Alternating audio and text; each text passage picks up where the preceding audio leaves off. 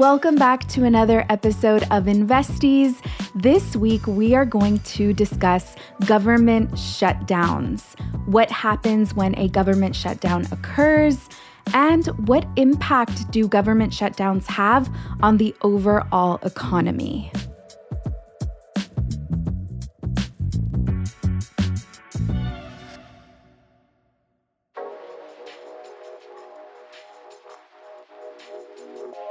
Before we get into that, let's take it back to May, when we were having highly politicized conversations in the media about going into debt default.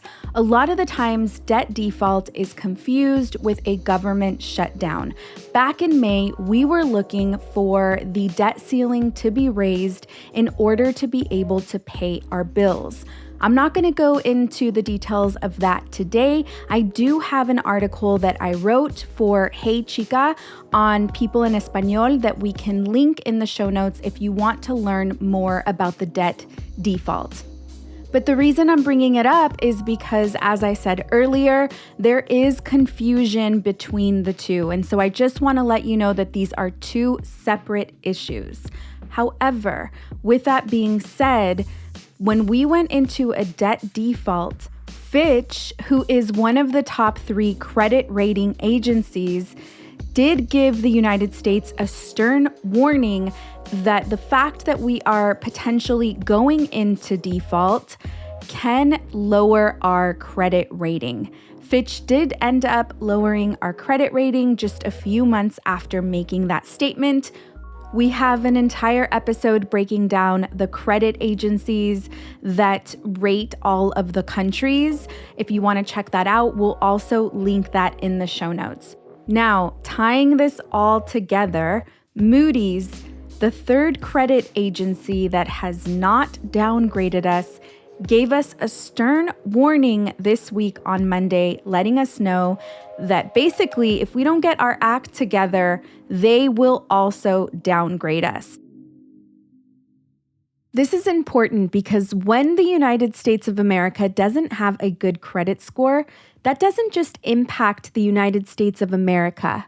That impacts the global economy. The result in the downgrade of a credit score is that people begin to lose confidence in the United States and the economic power that it has. In addition to the United States of America having a credit downgrade, the debate on raising the debt ceiling between both sides of the aisle can also be an indicator of a potential government shutdown, which is exactly what we are experiencing now. This government shutdown is set to take place on October 1st if we don't reach an agreement by September 30th. The last government shutdown we had was in 2019.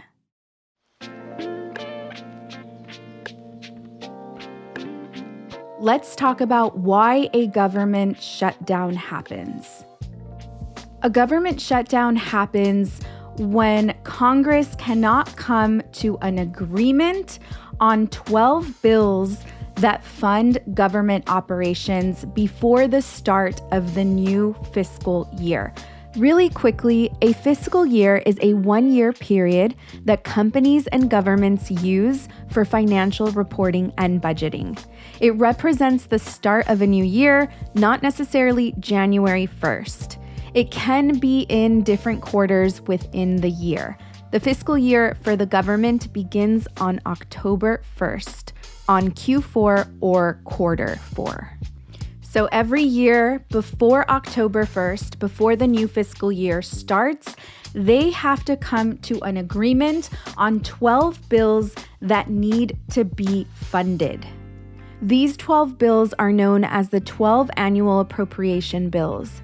These 12 bills consist of the following: agriculture, commerce, defense, energy, financial services, homeland security, the environment, labor and education, the legislative branch, military construction, state and foreign operations, transportation, and lastly, any mandatory programs.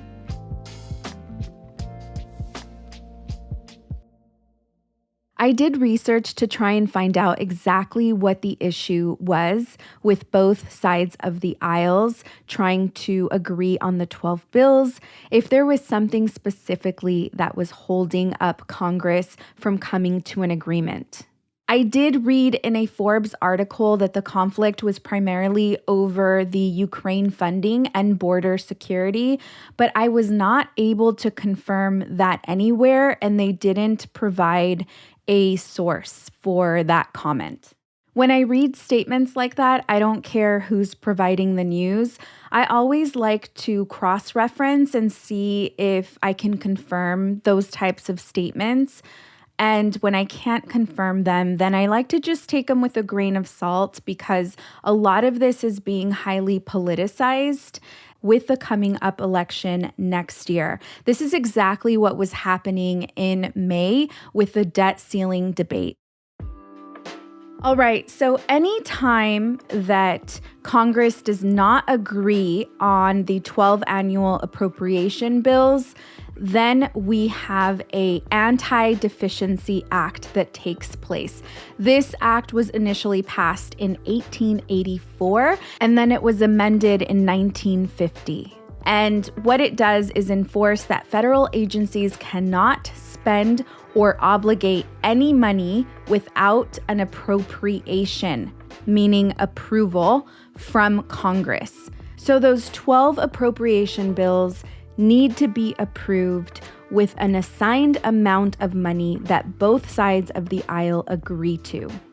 If Congress fails to approve these bills, federal agencies must cease all non-essential functions until Congress acts. And this is known as a government shutdown. It's important for us to note the detail that if Congress does enact some of the bills, meaning they approve some of them, then we only go into a partial shutdown. And that will only affect partial departments in the government, not a full government shutdown. We're going to take a short break, and when we get back, we're going to discuss what happens when the government shutdown actually occurs and how we can expect the government shutdown to impact the overall economy.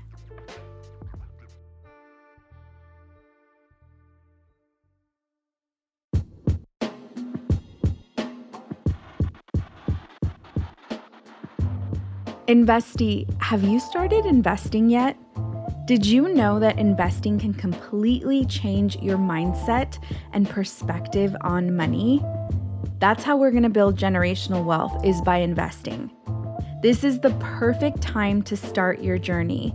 Join me on November 4th and 5th for the virtual Wealth Warrior course. Check out inluzwetrust.com for more information on the curriculum and why it's important for you to get started. I'm excited to see you there.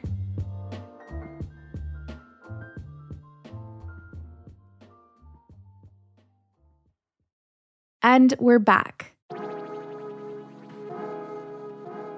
So here's what happens when a government shutdown occurs. There are many federal employees that are told to simply not report to work.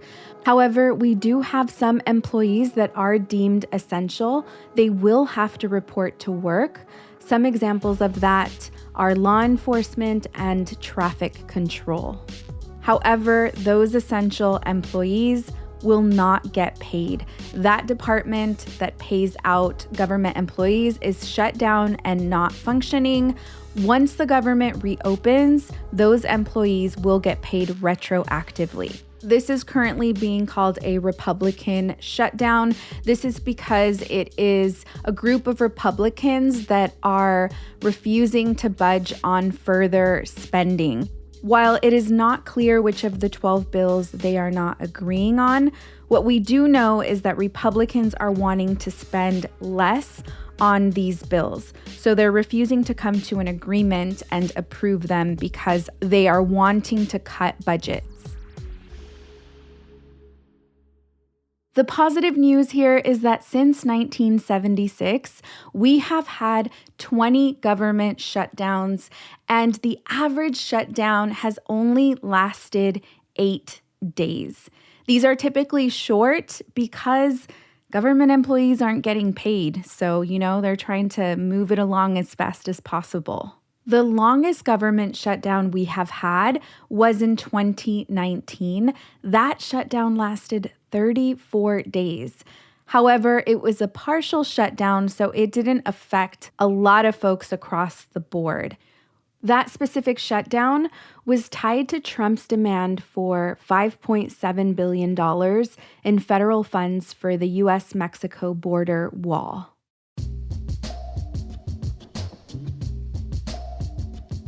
Something that I do feel is concerning that I also briefly mentioned in our last episode is that with a government shutdown, we may not have access to all of the inflation data that we rely on in order to make a decision on whether or not we should raise interest rates or pause interest rate hikes in order to lower inflation. This does raise some concern, but we also have to see how long the shutdown will take place. So, what is the likelihood of the shutdown taking place? I honestly think it is pretty likely, given that today is Tuesday when I'm recording this episode, and we have no resolution on 12 bills, with the shutdown looming for Sunday, October 1st. Now for the pressing question. What is the impact that the government shutdown will have on the economy? You all know I love me some data. Historically, the government shutdowns have not had a significant impact on the economy, despite all of the political rhetoric that we're currently hearing that suggests otherwise. GDP, which stands for Gross Domestic Product, that measures the health and the growth of the economy, has remained fairly stable along with the stock market. In fact, during that 34-day shutdown in 2019, the stock market experienced a strong rally.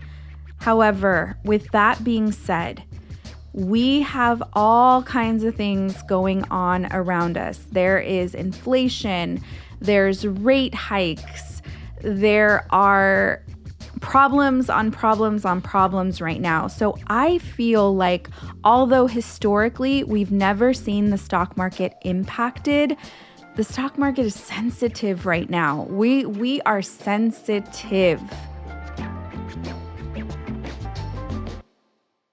I'm recording this on Tuesday, September 26th, and I actually believe that this aggressive little downturn that we had Monday and today, Tuesday, is the stock market processing the potential shutdown.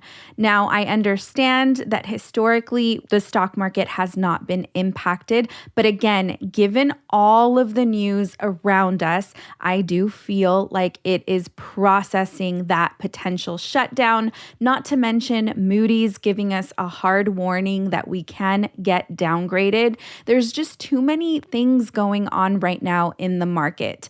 With that being said, the market is always forward looking. So if we do shut down, by the time that takes place, the market will already be focused on something else down the line. Today's takeaway is the market is forward-looking, it is processing information, and once the actual information takes place, the stock market has already moved on to the next thing, whether positive or negative. The stock market is typically the canary in the coal mine. I wouldn't be too worried about a government shutdown. You already know that these are opportunities for us to start building our portfolios or continue building our portfolios. Thank you for joining us on today's episode. If you have found this episode educational, if you're enjoying the content, please let us know by heading over to Apple Podcasts, giving us a rating and a review. We really appreciate it.